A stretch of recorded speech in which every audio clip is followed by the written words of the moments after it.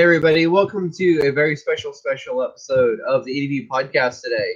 This is your host Cajun, and this is not going to be a guest today, but an ongoing partner from now on. Everybody say hello to Oliver. Hey everyone, nice to be on. Oliver, you are the, not launcher, well I guess you are, but you're the creator of IndieGameLaunchpad.io. Yep, IndieGameLaunchpad.io, the site I started in June this year to kind of do my bit to try and help the indie game community that I love so much. And IndieGameLaunchpad.io is a website about games that are in development, indie games that have just been released. You can find links to their websites to just all sorts of information about these games. Anything you want to know. Yeah. So I wanted to create a site that indie developers could post their a page, have their own page all about their game, whether it be still in development or already released. Basically, so that I could help spread the word about what they were creating or what they had created and where people could find it, download it, just to kind of support them, get some more downloads for them, get some hype for the game while it was in development, just do my bit, really.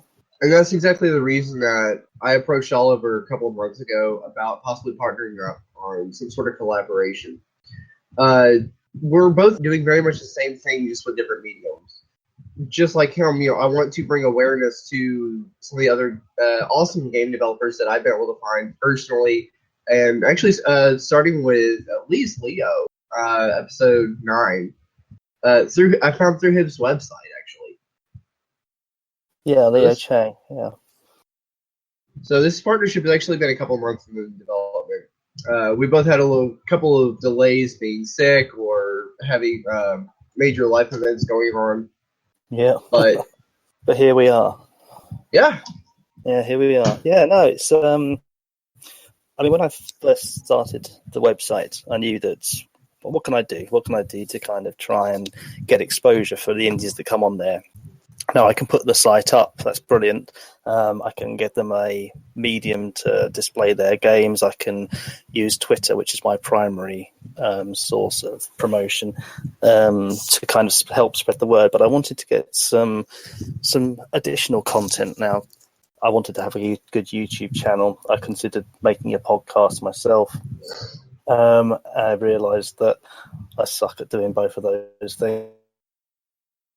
As much as I was still working on my own game development time and starting to having more time each week devoted to working strictly on a podcast, I realized that, trying to run a full website just about the show is incredibly daunting. And having talked to Oliver with his, having these pages for the whole games individually, it really just works out for both of us. I'm fulfilling the podcast that he wanted for his site. And one of the things that's been a little bit problematic for me when it comes to showcasing the guests that I have on is having to have a whole bunch of links to different sites for their various Patreons and the games and stuff like that. By having more guests strictly from the Indie Game Launchpad website, I'll be able to just have one link straight to their game page or to their developer page on it. So essentially I was looking to build a site that could give outlets to indie devs, as many different methods of exposure as possible. So there was obviously the page they had on their site, on my site. There was the tweets that I was sending out on the back of that. And then I wanted to join forces with some content creators who could help me spread the word. Because essentially, time is a limited factor for me. I do this as a hobby because I love it. And I wanted to work with people who were like-minded to me, who wanted to put their love of indie games into it. So it started off with a YouTube channel. and I was lucky to partner with a couple of really great guys. There's John Boy Games and Jupiter Hadley, who I've been working with for a while now, and they've been fantastic creating content for me. Just starting a new partnership with a channel called Filthy Gaming, and they're going to be starting doing some videos on Mondays for me, which is really great. Awesome. Yeah, that's really good. It's nice. I'm getting contacted by more and more people these days with different ways to speak to, and it's fantastic. But I always wanted to have a podcast as well. And yeah, so when you contacted me, I thought, okay, brilliant. Let's see where this can go. I think because getting indie devs out there with an interview, I think, is a fantastic way to get exposure. And I'm sure. I mean, you feel the same way. Otherwise, you wouldn't be doing it. Oh yeah, I may have said this before in the past on an episode. I don't remember, but quite honestly, this show is just an excuse for me to be able to snoop and be curious about other people's lives as developers and stuff like that, and have a socially acceptable way of dealing with it. Yeah, I love doing this. I love meeting people. I love knowing the nuts and bolts behind the scenes. You know. Yeah. No, I love telling these stories about letting these stories be heard. Yeah, I mean, speaking to the devs is the best part of it. I love it. I'm a frustrated dev myself. I started a Unity course a while ago, just in my spare time, then realised I had no spare time. And so when you started the site. Yeah, so I started the site. Yeah, I went to Resd, which is a expo over here in the UK, and it's purely for kind of indie games. As I was wandering around and I was chatting to people saying, yeah, no, I started a Unity course, I'm going to be making a game. And the more I spoke to people, the more I realised, I'm not going to have time to make a game.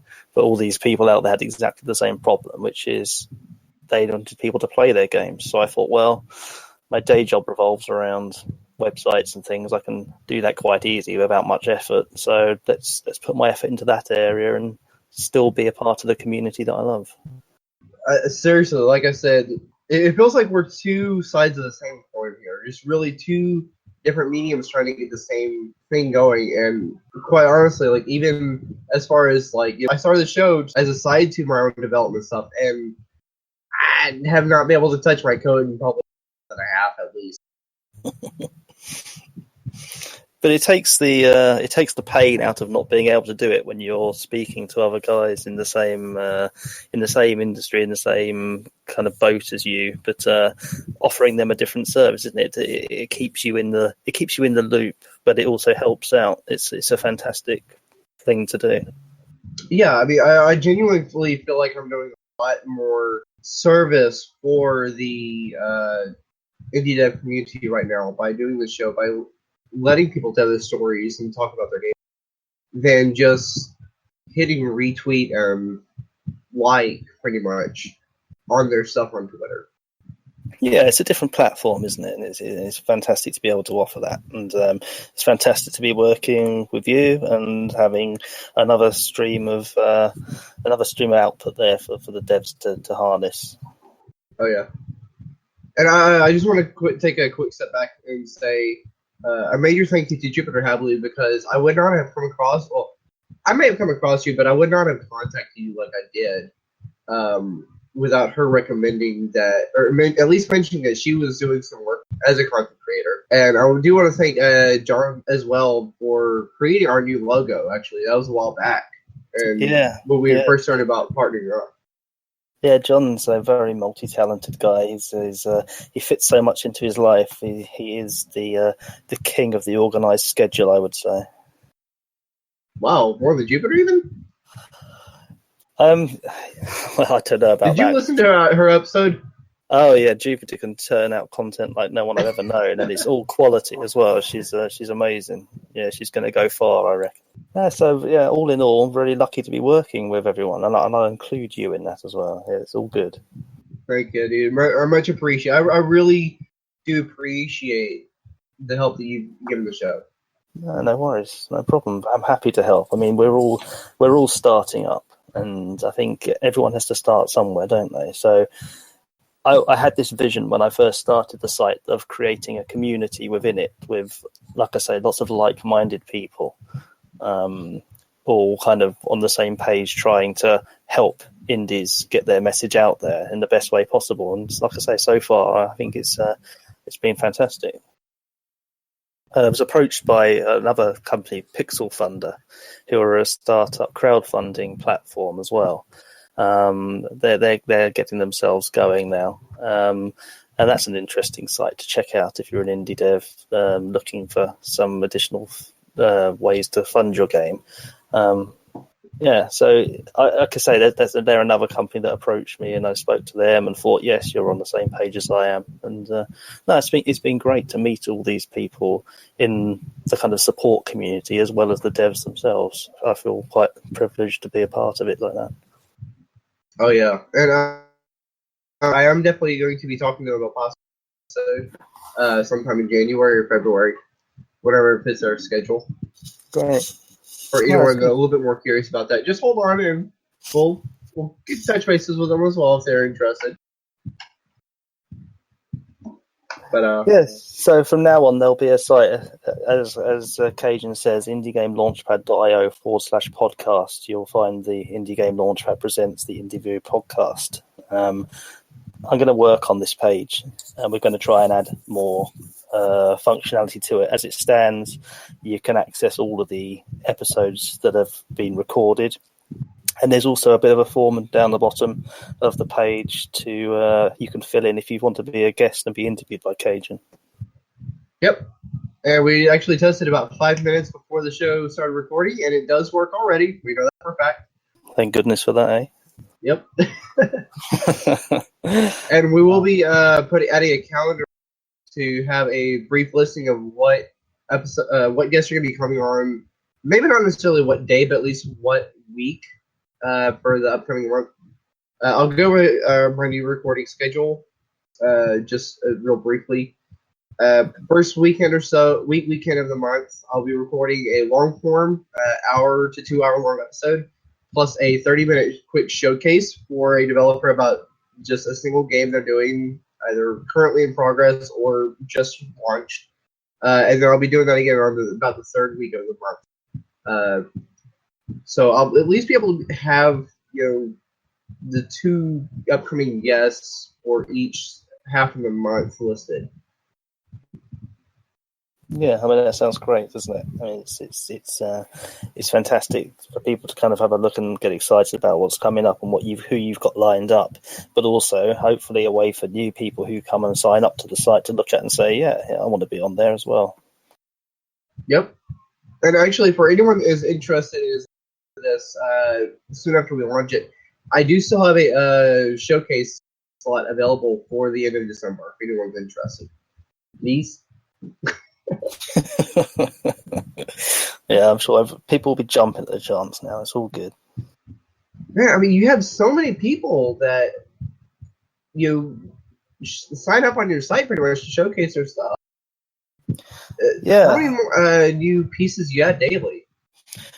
It depends. It depends on what's going. I speak to people daily. Like I say, I started in June. I currently have just over 370 live games on there, and pretty much every platform, some coming soon in development.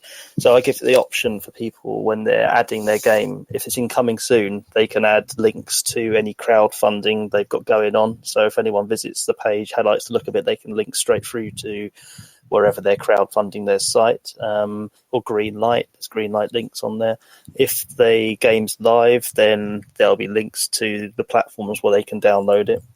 And what I'm trying to do is always be flexible to kind of add new stuff onto the site. So if someone says, my game's available here, I'll try and add a function so that they can add the link to it. So I try and grow